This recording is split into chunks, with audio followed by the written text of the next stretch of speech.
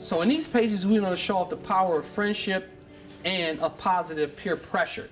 East Middle School English teacher Chris Fields is inviting his students to try something new after school. Reading can take you to places that you probably couldn't afford to go. It helps you to visualize, it helps you to become a better writer, in my opinion. I often see a lot of kids who I had in years past, and they go on to middle school and then they lose it.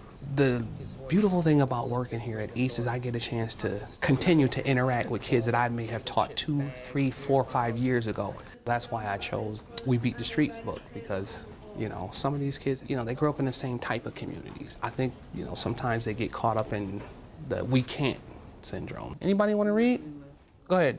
This true story follows 3 childhood friends who make a pact to be successful. There's strength in numbers. As one of the authors alluded to, that they said they probably alone wouldn't have thought about being doctors, but together to build that pact and to be able to lean on each other, just like a fraternity almost, where I make a promise that I'm gonna make sure that you don't fall, and whenever I see you slipping, I'm gonna check you on it. I'm gonna make sure that you stay true to what you say you want to do. Fields created this Young Men's Initiative to show his kids they can be the heroes of their story.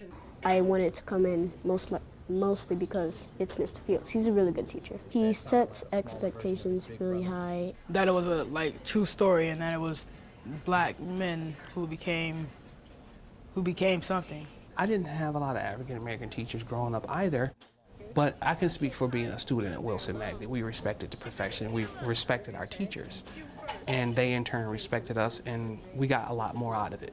I told you to keep an eye on your brother. I don't walk into this trying to be a role model. I just want them to know that, you know, there's somebody pulling for you. Don't think it's crazy that somebody cares so much about you who's not part of your family, that you really have people who really, really care, and maybe they do need to see somebody like me so that they can know that this is possible. And I want a lot of them to come back and possibly do what I'm doing. All right. Let's give it up. That's not. All right. Love it, huh? You like that, huh?